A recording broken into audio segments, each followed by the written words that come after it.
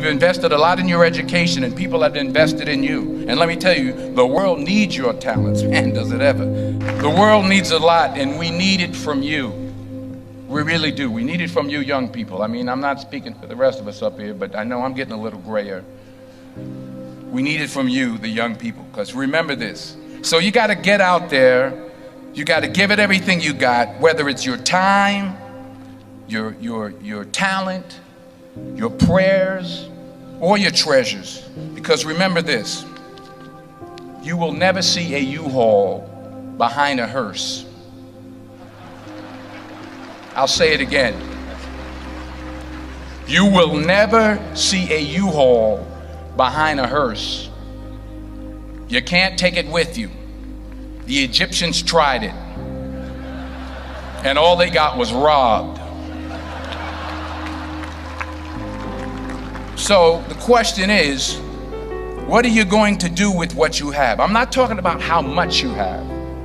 Some of you are business majors, some of you are theologians, nurses, sociologists. Some of you have money, some of you have patience, some of you have kindness, some of you have love, some of you have the gift of long suffering. Whatever it is, whatever your gift is, what are you going to do with what you have? I was flunking out of college. I had a 1.7 grade point average. I hope none of you can relate. I had a 1.7 grade point average. I was sitting in my mother's beauty shop. They still call it beauty shops now? What they call it now? Yeah, I was sitting in the beauty parlor. I was sitting in my mother's beauty parlor, and I'm looking in the mirror, and I see behind me this woman under the dryer.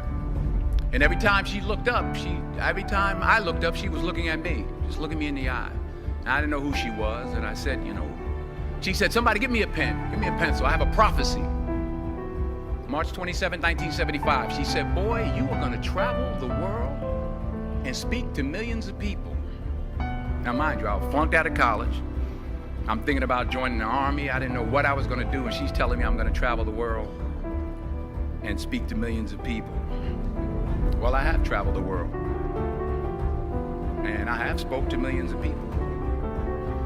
But that's not the most important thing, the success that I had. The most important thing is that what she taught me and what she told me that day has stayed with me since.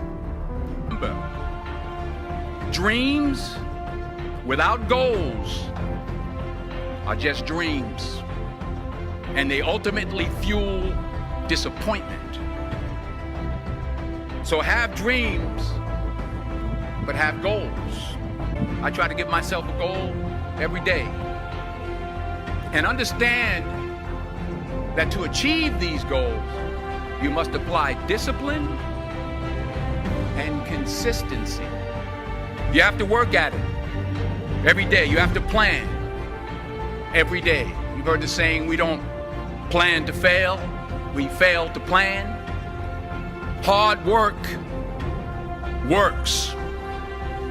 Working really hard is what successful people do.